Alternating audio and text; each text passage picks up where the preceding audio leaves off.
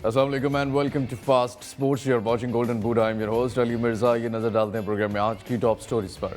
Europa league में हुए कुछ सनसनीखेज मुकाबले। लिवरपूल और यूनियन एसजी के दरमियान खेले जाने वाले मैच में लिवरपूल की शानदार परफॉर्मेंस। यूनियन पीएसजी को 0 के मुकाबले में 2 गोल से शिकस्त देकर मैच अपने नाम कर लिया। विलारियल और रेनेस के दरमियान खेले जाने वाले मैच में विलारियल की शानदार परफॉर्मेंस 0 के मुकाबले में 1 गोल से शिकस्त देकर मैच में फतह हासिल की। रोमा और सर्वेट के दरमियान खेले जाने वाले मैच में रोमा ने बेहतरीन परफॉर्म करते हुए सर्वेट को 4-0 से शिकस्त देकर मैच अपने नाम कर लिया। लिवरक्यूजन और मोल्ट के दरमियान खेले जाने वाले मैच में लिवरक्यूजन की 1 के मुकाबले में 2 गोल से शानदार फतह। वेस्ट हैम और फ्राइबर्ग के दरमियान खेले जाने वाले यूरोपा लीग के मैच में वेस्ट हैम की 1 के मुकाबले में 2 गोल से शानदार फतह। इंटर मियामी में शमूलियत और बेहतरीन परफॉर्मेंस देने वाले लियोनेल मेसी अमरीकी लीग में बड़े एजाज के उम्मीदवार बन गए। बार्सिलोना के स्टार खिलाड़ी इंजरी के बायस रियल मैड्रिड के खिलाफ मैच में क्या खेल पाएंगे या नहीं, देखिए आज के प्रोग्राम में। क्राइसिस की शिकार मैनचेस्टर यूनाइटेड के मालिक ग्लेजर फैमिली की हिमायत में लेजेंडरी स्टार्स आखिर क्यों बोल पड़े।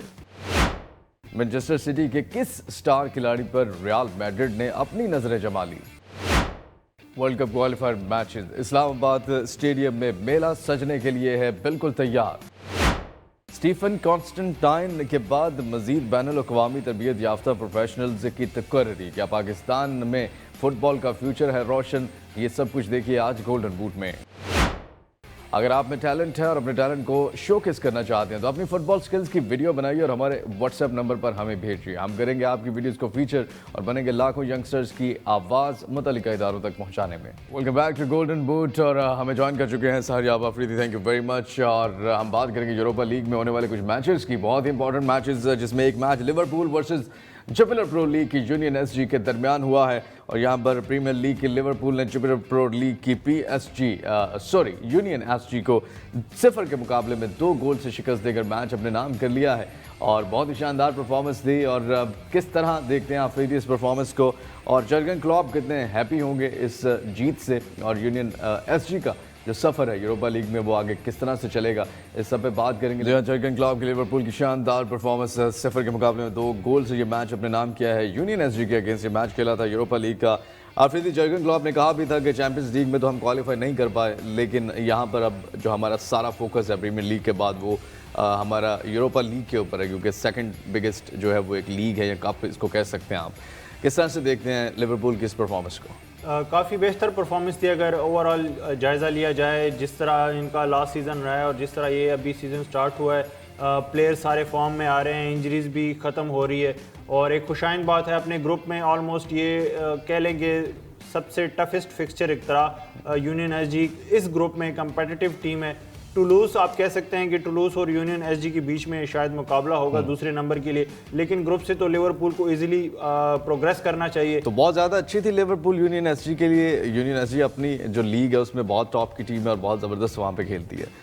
यूनियन एसजी के लिए ऑन पेपर तो काफ़ी बेहतर टीम है, मतलब लिवरपूल तो उनसे काफ़ी बेहतर है, लेकिन इस मैच में अगर बात की जाए आप स्टैट्स में भी जब बताएंगे तो काफ़ी अच्छा खेली है। यूनियन एसजी ने लिवरपूल को काफ़ी तंग किया है, चांसेस को उन्होंने फिनिश नहीं किया, वो एक अलग बात है। चलिए पहले स्टैट्स पे नजर डालते हैं फिर मजीद बात करेंगे। दिखाइए जिस मैच के स्टैट्स क्या कहते हैं।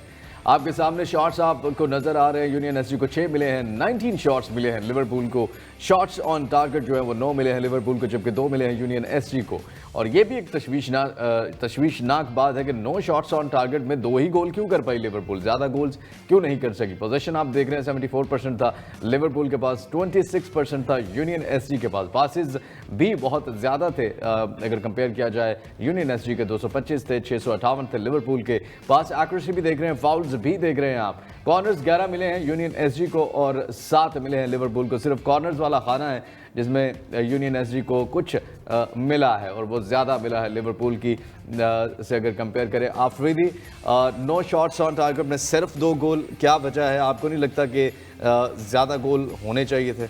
जी बिल्कुल, जो अभी मोस्टली क्लब्स फेस कर रहे हैं वो गोल फिनिशिंग जो है वो सारे बड़े क्लब्स जो है वो एक ही चीज़ मिस कर रहे हैं। चाहे आप रियल मैड्रिड ले लें, बार्सिलोना ले लें, मैनचेस्टर यूनाइटेड ले लें, चेल्सी, तो वैसी इवन सिटी भी अर्लिंग हालैंड जो हैं वो आउट ऑफ फॉर्म है, ड्राई पैच उनका चल रहा है। तो मोस्टली क्लब्स जो हैं नंबर 9 जो है अभी सारे क्लब्स के आउट ऑफ फॉर्म। ऐसे लगता है जैसे स्ट्राइकर्स की एक तरह से ड्राउट आ गया है, कहत आ गई है स्ट्राइकर्स की, सभी जितनी भी बड़ी टीम्स हैं। तो ये एक तशवीशनाक बात है जो कि अभी इस सीजन काफी ज्यादा हो गई है। चलिए बिल्कुल, अभी तक तो यही देखने में आ रहा है। ग्रावनबर्ग जो है 44वें मिनट में पहला गोल किया, फिर जॉटा जो है 92वें मिनट में उन्होंने दूसरा गोल किया और ये गोल इसने मोहर लगा दी लिवरपूल की विक्ट्री के ऊपर। आफरीदी, एक सवाल आपसे जानना चाहता हूँ और वो ये है कि लिवरपूल स्ट्रगल कर रही थी पिछले सीज़न, उस तरह से परफॉर्मेंसेज हमें उनकी नज़र नहीं आ रही थी। पॉइंट्स टेबल पे भी 5वीं 6ठी पोजीशन पे ही हैंग कर रही थी, छोटी छोटी टीम्स के अगेंस्ट भी मैचेस नहीं जीत पा रही थी। इस सीज़न अभी तक जो है वो एक मैच हारी है जो कि टॉटनहम से, वो भी हमने आपको बताया था गलत जो डिसीजन था रेफरी का, उसकी वजह से वो मैच हारी थी। उसको अगर निकाल दें, बाकी जो 18 से 19 मैचेस लगातार खेलती आ रही है उसमें जीती है या ड्रॉ किए हैं, किस तरह ये क्या उन्होंने स्विच किया है जर्गन क्लॉप ने, जो लिवरपूल एकदम से हमें वही लिवरपूल नज़र आ रही है अगर पिछले 2 साल छोड़ दें तो जो जैसे पहली नज़र आती। जी बिल्कुल, और ये बहुत ही अहम सवाल था जो कि मुसलसल पूछा जा रहा था कि कुछ भी ऐसा बड़ा नहीं हुआ। अगर आप कह लें कि ट्रांसफर्स भी बहुत बड़ी नहीं हुई है कुछ भी, हाँ मतलब मैकेलिस्टर और सोबोस्लाई हैं, और सोबोस्लाई जो है हाईलाइट्स में आपको सारा सोबोस्लाई ही नजर आएंगे। अच्छा। और काफ़ी अच्छी खिलाड़ी हैं, और ख़ास करके चांस क्रिएशन में जो हैं डायगोनल बॉल्स और थ्रू बॉल्स और बॉल के बगैर भी जो उनकी मूवमेंट है, बॉल को ट्रैक बैक करना, तो सोबोस्लाई की तो हर कोई तारीफ कर रहा है। लेकिन जो मुझे पर्सनली लगता है जो सबसे बड़ा इम्पैक्ट है ना, वो कर्टिस जोन्स का है। ये प्लेयर जब इंजरी से पहले भी खेलता था तो बहुत ही आला खेलता था, मेरा पर्सनल फेवरेट था। और ये एक ऐसा खिलाड़ी होता है जो पिच पे एक साइलेंट खिलाड़ी नहीं होता, जो कि आपको गोल्स करके नहीं देता या इवन असिस्ट भी नहीं करके देता, लेकिन असिस्ट वाले को पास करके देता है। और जब आप बॉल लूज वो जगह तलाश करता है और वो गैप्स तलाश करके आसानी करता है असिस्ट के लिए और गोल स्कोरर के लिए। हाँ, और अगर कोई मतलब अब ये लेफ्ट पे खेलता है तो अगर उनका डिफेंडर जो रॉबर्टसन है आगे चला जाता है अटैक में हेल्प करने के लिए, और फिर काउंटर अटैक पड़ जाता है तो रॉबर्टसन की जगह को फिल करना, और फिर अगर कोई मिडफील्डर है जो अपनी डिएगो जोटा फॉर एग्जांपल है, वो अपनी पोजीशन से चला जाता है और उसकी पोजीशन को फिर आके फिल करना, तो बहुत ही कुछ होते हैं जो अटैकर्स होते हैं, जो प्रोग्रेसर्स होते हैं, बॉल को प्रोग्रेस करते हैं। सोबोस्लाई उस कैटेगरी में आते हैं। कर्टिस जोन जो हैं वो रिटेनर हैं, बॉल को रिटेन करते हैं और बॉल लूज नहीं करते। और अगर आप इवन स्टैट्स भी देख लें, जब लिवरपूल कर्टिस जोन्स खेलते हैं लिवरपूल के लिए तो सक्सेस रेशो जो है 64% है। और उनके बगैर अगर आप देख लें, पिछले 2 साल का ये डाटा है, उनके बगैर देख लें तो अराउंड 40-44% है। तो वो जो वापस आए हैं उससे एक बहुत ज़्यादा जो है वो चेंज हमें नज़र आ रहा है। लिवरपूल भी वही है, और आप ये देखें व्यूवर्स के बहुत ज़्यादा स्पेंडिंग भी नहीं की, बहुत ज़्यादा खिलाड़ी भी नहीं खरीदे उन्होंने, उसके बावजूद अभी अगर वो टॉटनहम वाला मैच जीत जाती लिवरपूल तो प्रीमियर लीग में पॉइंट्स टेबल पर भी सिटी से ऊपर होती, टॉप पर होती। लेकिन अच्छी बात है जर्गन क्लॉप ने ये जिम्मेदारी, आपको जैसे जानते हैं आफरीदी, हम बात भी कर रहे थे कि जर्मनी की तरफ से ऑफ़र भी की थी नेशनल टीम की कोचिंग के लिए, लेकिन उन्होंने उसको रिफ्यूज़ कर दिया था कि अभी वो नहीं जाना चाहते और लिवरपूल को ऐसे छोड़ के नहीं जाना चाहते, जैसे उन्होंने बनाया था वो कहते हैं वैसे ही बनाऊंगा तभी छोड़ूंगा। आफरीदी सेटिस्फाइड नहीं है वो अपनी इस परफॉर्मेंस से, और आपको लगता है सही मेंशन किया है उन्होंने कुछ चीज़ों के बारे में, जिस तरह वही बात हम कर रहे थे कि 9 शॉट्स ऑन टारगेट में आप सिर्फ 2 ही गोल करने में कामयाब हुए हैं। जी बिल्कुल, और सबसे मेजर जो पॉइंट है कि हंगर है। आप देखें कि सब कुछ जीतने के बाद भी, प्रीमियर लीग भी जीत चुके हैं, चैंपियंस लीग भी जीत चुके हैं लिवरपूल के साथ, 30 साल बाद जीते थे प्रीमियर लीग, तो उसके बावजूद भी इतना हंगर अगर है तो ये एक पॉजिटिव साइन है। ऑल्दो ये कह सकते थे कि हाँ बस एक यूरोपा लीग का पहला मैच था तो बॉक्स को टिक करना था, हम 2-0 से जीत गए, गोल भी कंसीड नहीं किया, लेकिन उन्होंने वो 11 जो आपने वो एक स्टैट में मेंशन किया, 11 जो उन्होंने कॉर्नर कंसीड किए उन पे उन्होंने काफ़ी एम्फसाइज किया, क्योंकि इनको पता था कि एनफील्ड पे तो अभी यूरोप में ना जितने भी चैंपियंस लीग और यूरोपा लीग को कंबाइन करके पिछले 2 साल से ये एक मैच भी नहीं हारे, तो 12 कंसेक्यूटिव विन्स हो गई हैं इनकी, तो वो एक इनका फोर्ट्रेस तो है एनफील्ड, लेकिन वहाँ पे आके दूसरी टीम ने एक ही चीज़ करनी है, वो वीकर भी है, तो उन्होंने मोस्टली जो है बॉल्स को लॉन्ग बॉल्स खिलाने और कॉर्नर्स लेके और हेडर्स पे के थ्रू गोल करने की कोशिश करनी है। बिल्कुल, और यहाँ पर जर्गन क्लॉप ने मेंशन भी किया है मैच तो वो जीत गए 0-2 से, प्लेयर जो फीचर किए हैं, जिसकी बहुत ज़्यादा तारीफ भी की है जर्गन क्लॉप ने, वो है ग्रावेनबर्ग। बहुत ही शानदार, इन्होंने गोल भी किया अपनी टीम के लिए। अफरीदी किस तरह से देखते हैं उनकी परफॉर्मेंस को और आगे कितनी इम्पैक्टफुल हो सकते हैं आने वाली जो मैचेस हैं उनमें? वैसे तो क्लॉप के काफ़ी फेवरेट खिलाड़ी थे। इवन जब ये बायर्न म्यूनिख भी जा रहे थे तो तब इन्होंने बहुत कोशिश की थी, लिवरपूल ने इनको खरीदने की, लेकिन तब अनसक्सेसफुल रहे थे, क्योंकि बायर्न म्यूनिख की तरफ से जब ऑफर आती है एक जर्मन बेस्ड प्लेयर को, जर्मन लीग में खेलने वाले को, तो वो रिफ्यूज़ नहीं होती। तो बायर्न म्यूनिख चले गए, वहाँ पे उनकी जगह नहीं बन पाई और फिर दरवाजे खोले, क्योंकि इनको टाइम नहीं मिल रहा था उधर खेलने का। और इन्होंने फिर रिक्वेस्ट की कि अगर आप मुझे नहीं खिलाते तो फिर आप मुझे जाने दे। तो लिवरपूल ने वापस अपने टारगेट को अचीव कर लिया और लिवरपूल में अभी काफ़ी अच्छी परफॉर्मेंसेस दे रहे हैं, खास करके यूएफए यूरोपा लीग में तो इनको ज़्यादा चांस मिलेगा। प्रीमियर लीग में आहिस्ता आहिस्ता वो अपना फुट जो है वो उधर रख रहे हैं। बिल्कुल, अभी 3 ही मैचेस खेले हैं प्रीमियर लीग में। लिवरपूल की तरफ से गोल और असिस्ट कोई नहीं किया और नेदरलैंड के जो खिलाड़ी हैं और नेदरलैंड की नेशनल टीम के लिए खेलते हैं। जी बिल्कुल, नेदरलैंड की नेशनल टीम में भी एज अ सब्स्टिट्यूट अपीयरेंस करते हैं। अभी यंग खिलाड़ी हैं तो काफ़ी मौका और काफ़ी टैलेंट उनमें दिखा है और इसी के बारे में जर्गन क्लॉप ने भी उनकी काफ़ी तारीफ की है और उनके बारे में कहा है कि ये प्लेयर जो है वो आने वाले वक्त में बहुत ज़बरदस्त जो है वो एक लेजेंडरी प्लेयर बन सकते हैं। रेफरी का जो डिसीजन आया था टॉटनहम के मैच में, उसमें भी कुछ जर्गन क्लॉप ने कहा है और क्या किस तरह से आप उसको देखते हैं? असल में उन्होंने बस कहा है कि मैं अगर फ़ैन होता ना कि एज अ फ़ैन तो मैं चाहता कि ये मैच रीमैच होता, दोबारा किया जाता, क्योंकि अगर आपके रेफरी ने एडमिट कर लिया, आपकी ऑर्गेनाइजेशन ने एडमिट कर लिया कि ये गलती थी, तो अगर एडमिट हो गई है तो इसका अजाला क्या है? हाँ, इसका अजाला क्या है? प्रेसिडेंट, वो कह रहे हैं कि प्रेसिडेंट सेट करो ना। अगर अंपायर से रेफरी हो गई है और बाद में पता भी लग गया है कि गलती है तो आप बस जाने देते हैं कि चलो आइंदा से नहीं होगा। लेकिन इन्होंने एक अच्छा पॉइंट रेस किया कि आप एक प्रेसिडेंट सेट करो, इस बार रीमैच करा दो, ताकि आइंदा से जब भी कभी भी किसी से गलती हो तो उसका एक यही जो है वो अजाला समझा जाएगा कि वो मैच दोबारा करवा दिया। हाँ, क्योंकि इनमें अब लिवरपूल की तो कोई गलती नहीं है। अब for example at the end of the season viewers, Liverpool 1 point से हार जाती है, वो यही मैच होता है, तो वो यही होगा। और इस तरह रेलीगेशन में देखा गया है कि आस्टन विला रेलीगेशन से बच गई थी कि किस तरह गलत डिसीजन के वजह से वो मैच जीत गई और फिर जब रेलीगेशन आया तो सिर्फ 1 पॉइंट से वो रेलीगेशन से बच गई थी। बिल्कुल, ये मैच यूरोपा लीग का लिवरपूल वर्सेस यूनियन एसजी के दरमियान, जो कि लिवरपूल ने 0 के मुकाबले में 2 गोल से अपने नाम किया है। जिया ग्रावेनबर्ग नेदरलैंड के खिलाड़ी बहुत ही शानदार। अफरीदी किस तरह से आप इनकी परफॉर्मेंस को देखते हैं? अभी कुछ ही अर्सा हुआ है इनको प्रीमियर लीग में, 3 ही मैचेस इन्होंने खेले हैं, ऑल दो गोल और असिस्ट नहीं कर सके अभी तक। फ्यूचर क्या देखते हैं आप लिवरपूल में? जी, इनका ये पहला गोल था लिवरपूल के लिए और काफ़ी खुशाइन बात है कि इन्होंने अपना स्टार्ट कर दिया है, बॉक्स कर दिया है, एक टिक तो मार दिया इन्होंने। अब देखते हैं, लिवरपूल के लिए ये एक अच्छे खिलाड़ी इस लिहाज से हैं कि क्लॉप को बहुत पसंद थे। जब बायर्न म्यूनिख जा रहे थे 2 साल पहले तो लिवरपूल ने काफ़ी कोशिश की थी इनको ख़रीदने की, लेकिन जब आप जर्मन लीग में खेलते हो तो बायर्न म्यूनिख की तरफ से ऑफर आती है तो रिजेक्ट नहीं होती। वहाँ पे फिर मतलब इनको टाइम नहीं मिला खेलने का और कोचेस ज़्यादा बेंच पे ही रहे। हाँ, बेंच पे ही रहे ज़्यादा, तो वो फिर उन्होंने रिक्वेस्ट की कि अगर आप लोगों ने नहीं खिलाना तो फिर मुझे आप जाने दें, और लिवरपूल तैयार करी थी, उन्होंने खरीदा।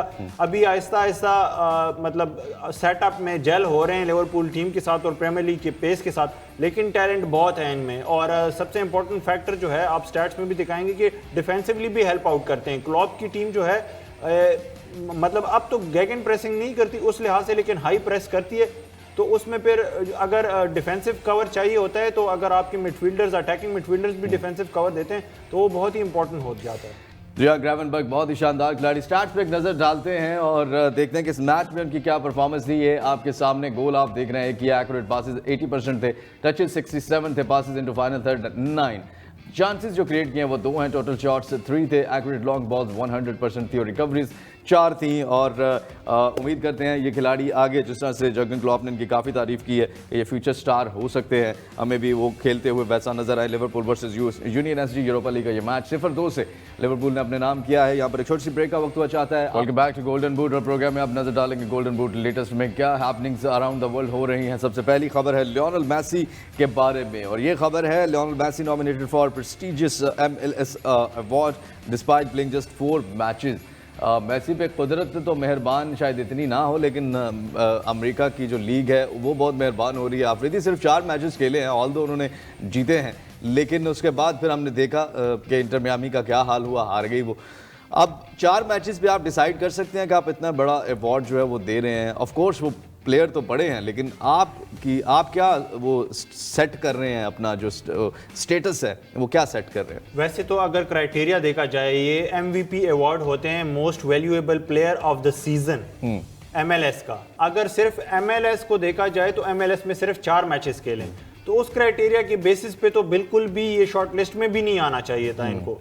लेकिन अगर आपने इनको इंक्लूड इसलिए किया है कि इन्होंने तारीख में पहली बार इंटर मियामी को लीग जितवाई है, जो एक और लीग थी, लीग कप जो था, तो वो अगर आप MLS में इंक्लूड करते हैं तो फिर तो चलो शॉर्ट लिस्ट में आना बनता है। लेकिन अगर क्योंकि ये MLS का MVP है मोस्ट वैल्यूएबल प्लेयर, तो MLS में तो सिर्फ 4 मैचेस खेले, आधा सीजन उससे पहले गुजर चुका था, आधे से ज्यादा। बाकी खिलाड़ियों के साथ ज्यादती भी है ना, कि अब वो जो प्लेयर्स हैं जो मेसी से पहले कुछ अच्छे बाकी क्लब में परफॉर्म कर रहे थे, तो वो वही बात है कि आप उनको क्या मैसेज दे रहे हैं इस तरह की चीज़ों से? जी बिल्कुल। और इवन सर्जियो बुस्केट्स जो कि मेसी के साथ ही आए थे, बल्कि मेसी के एक मैच बाद आए थे, उनको भी शॉर्ट लिस्ट में शामिल किया गया है। सबसे ज़्यादा क्रिटिसिज्म शायद MLS पे तब होगा और कहा जाएगा कि ये एक मेसी को खुश करने के लिए ये चीज़ की गई है। अगर अवार्ड मिल गया, जो कि मुश्किल है, मतलब 4-5 मैचेस पे अवार्ड देना तो नहीं बनता, लेकिन अगर दे भी दिया तो फिर क्रिटिसिज्म होगा कि आपने सिर्फ खुश करने के लिए अवार्ड दिया है, फिर इस अवार्ड की कोई वैल्यू नहीं रह जाएगी। ये खुद इस अवार्ड की वैल्यू थोड़ा सा डिक्लाइन कर देंगे। बिल्कुल। एनीवेज लेट्स सी, अभी मिला नहीं है, नॉमिनीज में आए हैं, लेट्स सी मिलता है या नहीं मिलता। नेक्स्ट हमारे पास क्या खबर है आइए आपको दिखाते हैं, और ये है Barcelona announced that test carried out this morning revealed that Robert Lewandowski has a left ankle sprain. He is out and his recovery will determine his availability. Afridi बहुत ही इंपॉर्टेंट खिलाड़ी थे बार्सिलोना के लिए, और बार्सिलोना ऑल दो इनके बगैर अच्छा खेल रही है, लेकिन उतना अच्छा नहीं खेल रही जितना इनके होते हुए खेलती है। किस तरह से देखते हैं आप इस खबर को? ये खबर इस लिहाज से बहुत इंपॉर्टेंट है। कॉन्टेक्स्ट थोड़ा सा व्यूअर्स में समझा दूं कि एल क्लासिको आने वाला है, जो कि इस मंथ के एंड पे होगा 29 को। एल क्लासिको यानी रियल मैड्रिड वर्सेस बार्सिलोना। जी बिल्कुल। और उस मैच के लिए इनका अवेलेबल होना बहुत ज़रूरी है। एक्सपीरियंस खिलाड़ी हैं, बेशक इनके बगैर भी बार्सिलोना मैनेज कर लेती है, लेकिन अब देखना पड़ेगा कि ये ब्लेसिंग इन डिस्गाइज है। ब्लेसिंग इन डिस्गाइज इस लिहाज से हो सकता है कि क्या पता इनके बगैर कभी कभी बहुत अच्छा खेल लेती है। अभी देखा गया है कि चांसेस भी मिस कर रहे हैं, तो फेरन टोरेस को मौका मिल सकता है as a replacement. Lamin Yamal भी तो है। लमीन यमाल तो ऑब्वियसली खेल रहे हैं, इनके साथ ही खेल रहे हैं, वो राइट पे खेलते हैं, ये एज अ स्ट्राइकर खेलते हैं। अच्छा मुझे ये बताएं कि पिछले सीजन में रियल मैड्रिड को हराया था बार्सिलोना ने अपनी जो लीग है ला लीगा में, राइट? तो ये इस सीजन फिर आपको लगता है, क्योंकि इस सीजन वो क्लिनिकल परफॉर्मेंस नहीं है बार्सिलोना की, अब इस सीजन देखना पड़ेगा, क्योंकि रियल मैड्रिड अच्छा खेल रही है लेकिन उनका भी लैप्सेस होते हैं। अब वो लैप्सेस कौन सी टीम एल क्लासिको में ज्यादा करती है वो डिटरमिन करेगी इसकी चैंपियन।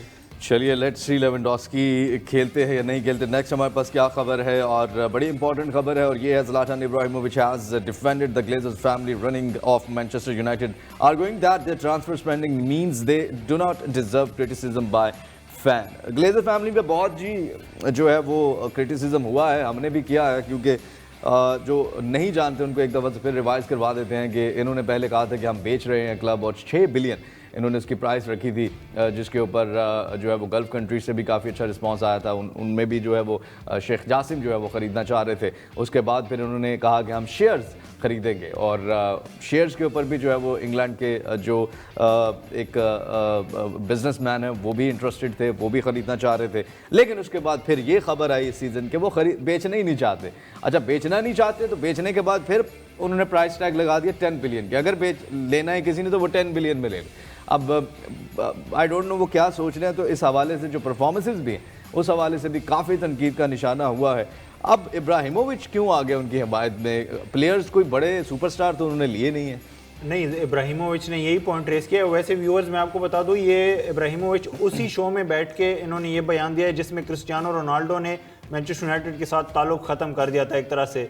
पियर्स मॉर्गन का शो है, तो इसमें मोस्टली जो है इस तरह का कंट्रोवर्शियल मटेरियल निकल के आता है। अब ज़लाटन इब्राहिमोविच ने कहा है कि आप सारे मसले के लिए आप सिर्फ इनको नहीं ठहरा सकते हैं जिम्मेदार, क्योंकि सारे जो इश्यूज हैं वो ग्लेजर्स फैमिली की वजह से हैं, क्योंकि उन्होंने प्लेयर्स तो खरीदे हैं। अब उनकी भी बात जेन्युइन है कि आप देखें एंथनी 100 मिलियन में, अभी रास्मस हॉयलैंड खरीदे हैं, तो ओवरऑल ओनाना भी खरीदे हैं, तो प्लेयर्स तो उन्होंने खरीदे हैं, ये नहीं कि बिल्कुल उन्होंने हाथ खड़े कर दिए हैं। यानी वो अब पैसा स्पेंड कर रहे हैं। मतलब पैसा वो दे तो रहे हैं ना, मतलब अगर पैसा नहीं आ रहा होता। मुझे तो लगता है प्रॉब्लम एरिक टेन हैग में है, आपको क्या लगता है? मुझे पर्सनली लगता है कि एक चीज़ को आप कभी भी सोल रिस्पॉन्सिबल नहीं होता, एक कम्बिनेशन होती है, और जब ही कम्बिनेशन होती है तो फिर बहुत ज़्यादा डिस्ट्रक्शन होती है। अगर सिर्फ एक चीज़ हो ना तो वो कहीं ना कहीं छुप जाती है, क्योंकि ये चीज़ों का कम्बिनेशन है। आपके प्लेयर्स भी जो हैं उनका कॉन्फिडेंस ही नहीं है। आप रैशफोर्ड पिछले सीजन देख लें, फॉर्म में थे, अभी इस सीजन वो आउट ऑफ फॉर्म हो गए हैं। आप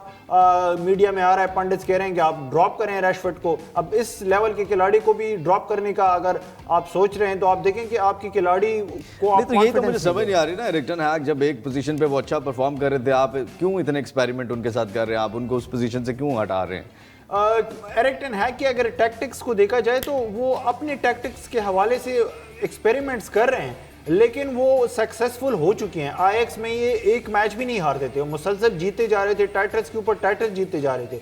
अब वो चीज़ें मैनचेस्टर यूनाइटेड में इसलिए इंप्लीमेंट नहीं हो रही कि प्लेयर्स में कॉन्फिडेंस ही नहीं है, एक दूसरे के ऊपर ही कॉन्फिडेंस नहीं है, क्योंकि आपकी जब ओवरऑल पूरा मैस क्रिएट हुआ हो अराउंड आपका 180 डिग्री 160 360 डिग्री, जब सारा का सारा मसले ही मसाइल में आप गिरे हुए हैं तो कॉन्फिडेंस फिर लूज करते हैं खिलाड़ी। वही मसला है कि अगर आप इन्हीं खिलाड़ियों में आप कॉन्फिडेंस ले आएँ तो एटलीस्ट इतना बुरा नहीं खेलेगी और इतनी बुरी तरह नहीं हारेगी मैनचेस्टर यूनाइटेड। चलिए लेट्स सी, ग्लेजर्स फैमिली के हिमायत में आ गए हैं, क्या कोई और प्लेयर भी आता है इनकी हिमायत में, कोई लेजेंडरी प्लेयर? नेक्स्ट हमारे पास क्या ट्वीट है, बहुत ही इंपॉर्टेंट ये खबर है, और ये खबर जो है ये है Manchester City plan to start talks with Erling Haaland over a new contract in order to hold off interest from Real Madrid.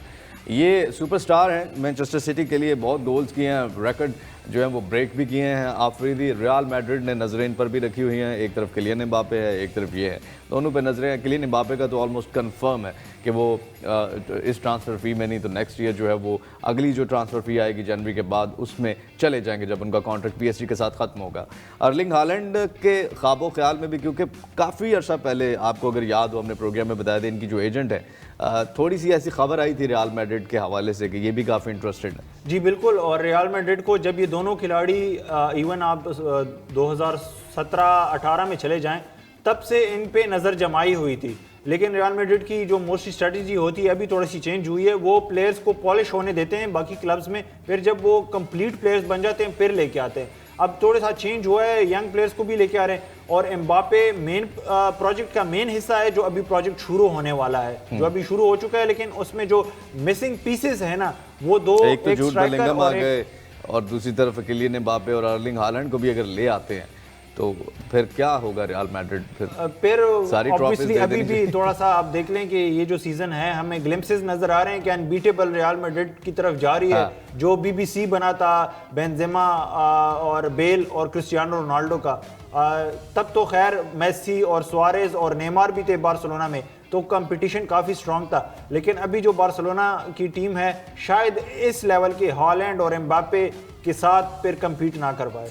चलिए लेट्स सी फ्यूचर क्या होता है अर्लिंग हालैंड का। ये कुछ latest happenings around the world जो हो रही थी हमने आपके साथ शेयर की है, और यहाँ पर एक छोटी सी ब्रेक का वक्त हुआ चाहता है। Welcome back to golden boot, और प्रोग्राम में हमें ज्वाइन कर चुके हैं mister Maaz Ahmed, thank you very much. जी हाँ, पाकिस्तान में फुटबॉल के हवाले से काफ़ी गहरी नज़र होती है इनकी, स्पोर्ट्स एनालिस्ट है। और सबसे पहली खबर वो है क्वालिफाइड मैच, जिसके बारे में हम काफ़ी आपको पिछले शोज में भी बताते रहे हैं कि अब वो match finally Jinnah stadium Islamabad में खेलने के लिए हमारी जो आवाम है वो बेताब भी थी, और अब वो देख सकेगी इस मैच को। उससे पहले बहुत से मामलात हुए, पहले सिलेक्ट हुआ नहीं हुआ, फैसिलिटीज़ नहीं है, फिर बाद में करते कराते अब जो है वो फाइनली 17 अक्टूबर को ये मैच खेला जा रहा है। क्या अपडेट है आपके बारे में, आपके पास इसके बारे में?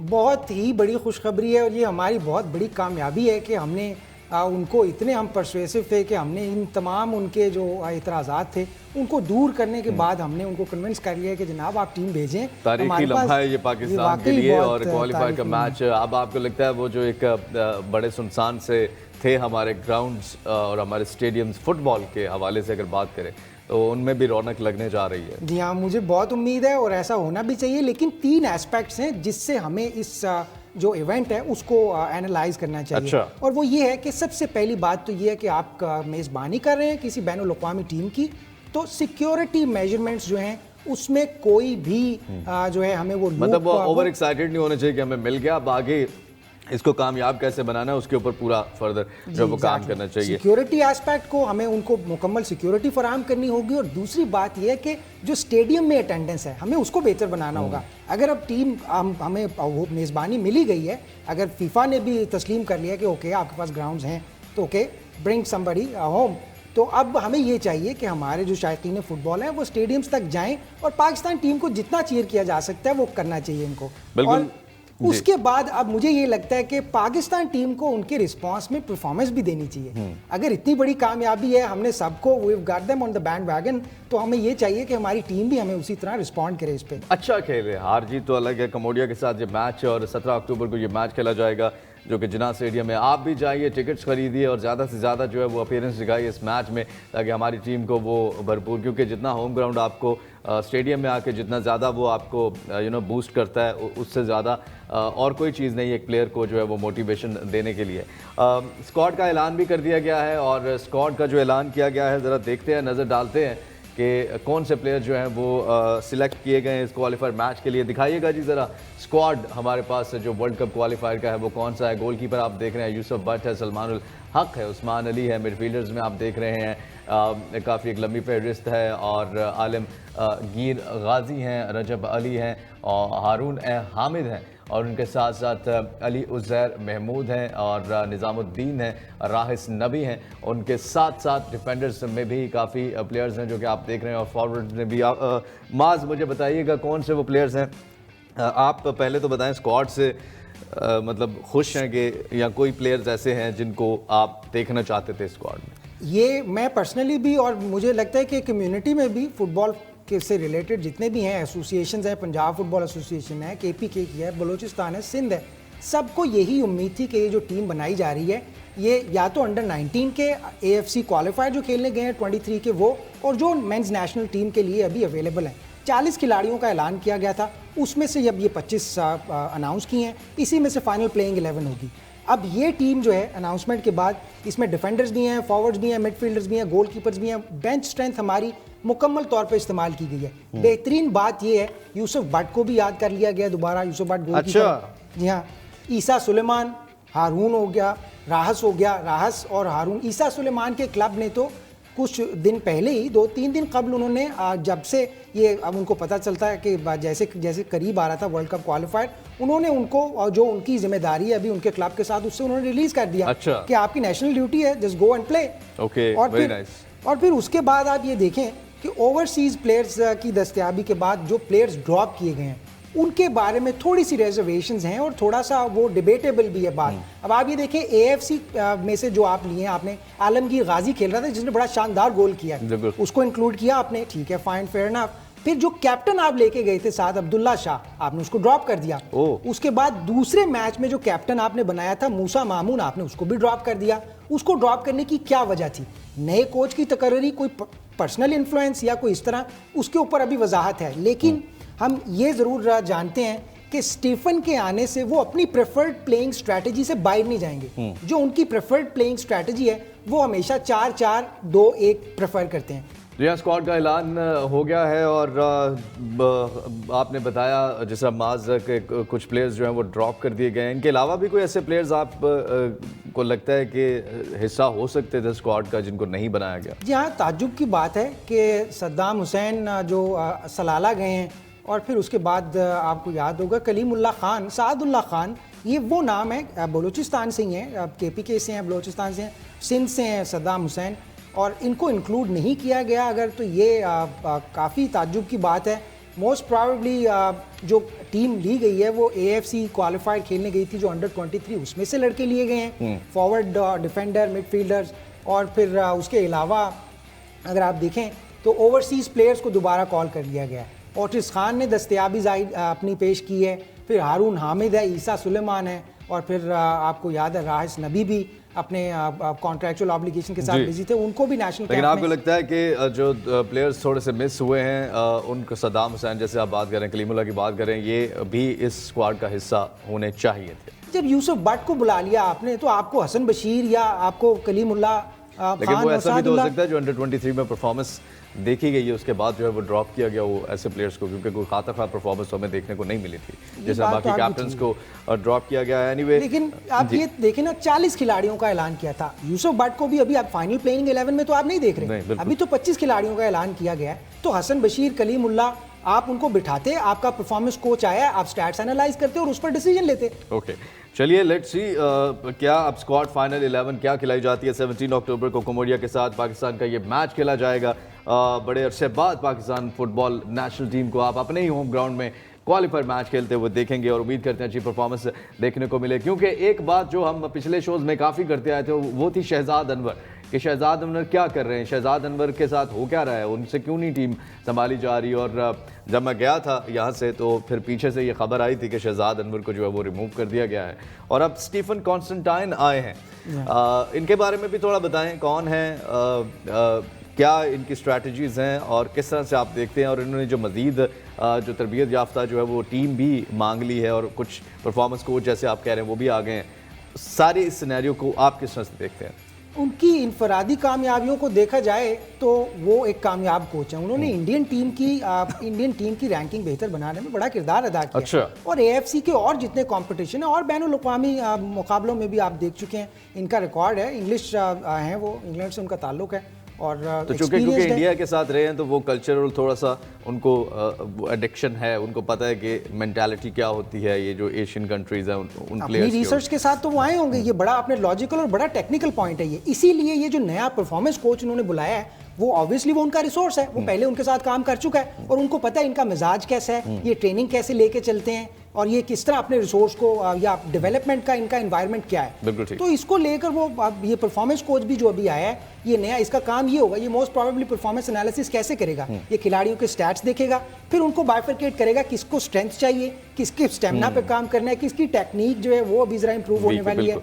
तो ये सारे काम अब ये करेंगे। क्लाडियो अल्टियरी इनका नाम है, जो अभी आए हैं परफॉर्मेंस कोच के तौर पे, लेकिन उन्हीं 2 मैचेस के लिए अभी ये पाकिस्तान टीम के साथ हैं। अच्छा, अगर कामयाबी मिलती है हमें तो फिर मोस्ट लॉन्ग टर्म के लिए जो है वो पाकिस्तान के साथ। लेकिन कोच जो है खुशाइन बात है कि सीरियसनेस थोड़ी सी नज़र आई है कि बाकी सीरियस सोच रही है पाकिस्तान फुटबॉल फेडरेशन जो है वो अपनी टीम को लेकर या अपने मैचेस या अपने जो प्लेयर्स हैं उनको लेकर, और ये एक निशानदही है उसकी कि शहजाद अनवर की जो वो स्टीफन कॉन्स्टेंटाइन आए हैं। हमने तो दुआएं की थी कि कॉन्स्टेंटाइन को ना ही आना पड़े, शहजाद अनवर ही कुछ ऐसा डिलीवर कर जाए, लेकिन वो नहीं डिलीवर कर पाए, फेल हुए हैं और मुसलसल फेल हुए, जिसकी वजह से और उम्मीद करते हैं कि ये जो है पाकिस्तान की टीम को बेहतर बनाने में अपना रोल प्ले करे। कॉन्स्टेंटाइन जो है वो लीग पे काफ़ी जोर दे रहे थे और उन्होंने कंपैरिजन भी किया इंडिया के साथ कि वहाँ पे जो है वो हर हफ्ते में जो है वो टीमें खेलती हैं, इतनी टीमें खेलती हैं, हमारे यहाँ टैलेंट तो है लेकिन डेवलपमेंट का वो प्रोसीजर नहीं है। आपको लगता है, बातें मुझे तो उनकी बड़ी अच्छी लगी हैं और मुझे लगता है और ये होना भी चाहिए कि इनको अगर लॉन्ग टर्म आप कोच अगर वो करना चाहें तो आप उनके साथ भी ऐसी कमिटमेंट कर लें कि वो लॉन्ग टर्म आपकी टीम के साथ लग जाएं। और ये जो डेवलपमेंट के बात की है लीग के बारे में, किस तरह से देखते हैं आप? मैं इनसे बिल्कुल मुत्तफिक हूँ। देखिए, हम भी इस बारे में बात करते रहे हैं, आपने और मैंने पहले भी इस बारे में बात की थी कि हम जितना खेलेंगे हमारे बेहतर होने की प्रोबेबिलिटी उतनी बढ़ती जाएगी। हमारे पास अभी मौके कम है, हमारी लीग उतनी इस्टेब्लिश्ड नहीं है। और वही बात स्टीफन ने भी की है कि आपके पास टैलेंट है लेकिन वही आपकी बात की प्रोसीजर नहीं है, कोई डेवलपमेंट का कोई प्रोसेस नहीं है आपके पास, इस वजह से ये टैलेंट वेस्ट होने का खतरा है। अब इनकी बात में अगर आप देखें, वो इतना दम है क्योंकि उनके पास इतना एक्सपीरियंस है और वो इतने टेस्टिमोनियल्स के साथ यहाँ आ रहे हैं। अगर वो ये बात कर रहे हैं तो इसमें कुछ ना अभी कुछ तो है। 2 मैचेस के लिए ये कोच बने हैं पाकिस्तान के, लेकिन उन्होंने गैप्स तो आइडेंटिफाई कर ली हैं कि आप लोगों का प्रॉब्लम ये है, आपके पास लीग नहीं है, आप ज्यादा खेल नहीं रहे, आपके पास प्रैक्टिस नहीं है, टैलेंट की आप में टैलेंट की कमी नहीं है, टैलेंट आपके पास है, चारों सूबों में है आपके पास, लेकिन आप उसको डेवलप कैसे करते हैं, आप उसे लेके आगे कैसे आते हैं, ये डिपेंड करता है। चलिए लेट्स सी कितना सीरियसली लेती है फेडरेशन इसको। और नेक्स्ट हमारे पास क्या है जी, नेक्स्ट जो है वो हारून मलिक चेयरमैन अंडर 19 की कारकर्दगी से काफ़ी खुश हैं और इतने खुश हैं कि वो, मेरा ख्याल है इतना भी खुश नहीं होना चाहिए। माज, आपको क्या लगता है, ओवर एक्साइटेड तो नहीं हो गए? इतनी भी कोई सुपर हिट परफॉर्मेंस नहीं थी, कोई सुपरमैन्स वाली परफॉर्मेंस नहीं थी। नहीं, मुझे ये लगता है कि उन्होंने नो रिस्क पॉलिसी अपनाई हुई है, उन्होंने रिस्क लिया ही नहीं है किसी क्रिटिसिज्म का जवाब देना। उन्होंने डायरेक्ट तारीफ़ें की हैं कि जी बहुत अच्छा खेले हैं, शादाब इफ्तिखार की ज़ेरे निगरानी अंडर 19 फाइनल तक पहुंच गई है साफ अंडर 19 चैम्पियनशिप में। तो मुझे लगता है कि उन्होंने बिल्कुल भी किसी भी जो जस्ट ऑपोजिशन उन्होंने एक फॉर्मेलिटी फिर पूरी की है कि बयान दे दें और उन्होंने कहा बहुत अच्छा खेले। आई एम वेरी राजी। उसने देखें आइस ब्रेक तो हुई है, अब इस साइलेंस तो उन्होंने तोड़ा है, तो अब अगर आप ये चाहते हैं कि वो उन तमाम बातों का जो तनकीद के नश्तर उन तक छोड़े जा रहे अच्छा, हैं, उन्होंने हमें भी तो वक्त दिया था कि तो वो क्या बना उसका? वो हम फॉलो अप में हैं, उनके असिस्टेंट हैं, उनके ऑफिस में जो ऑफिशियल्स हैं, मेरी उनके साथ हम बात भी भी है। कोशिश कर रहे हैं जी कि जो हारून मलिक चेयरमैन हैं इस वक्त उनसे हम जो है वो प्रोग्राम में उनका मौक़िफ़ ले सकें, उनसे जान सकें और उनसे हम ये तीखे तीखे सवाल कर सकें अगर वो बर्दाश्त कर सकें। एनीवेज़ चलिए, उनकी तरफ से कुछ तो आया है और वो तारीफ़ ही आई है। चलिए, ये भी पहले नहीं आती होती थी, तारीफ़ ही आ गई है, ये भी काफ़ी है। अंडर 19 ने अच्छी परफॉर्मेंस दी है और जैसे कि आप जानते हैं हमारा एक सेगमेंट है जिसमें आप हमें वीडियोज़ भेजते हैं अपनी फुटबॉल स्किल्स की। हमारे व्हाट्सएप नंबर पे 0311773868 पे, और हम आपकी वीडियोस को फीचर करते हैं। इसी तरह हमें कुछ वीडियोस मौसूल हुई हैं। हामिद खान जो है उन्होंने अपनी फुटबॉल स्किल्स की वीडियो भेजी है, चलाइएगा ज़रा हामिद खान की, ये आप देख रहे हैं।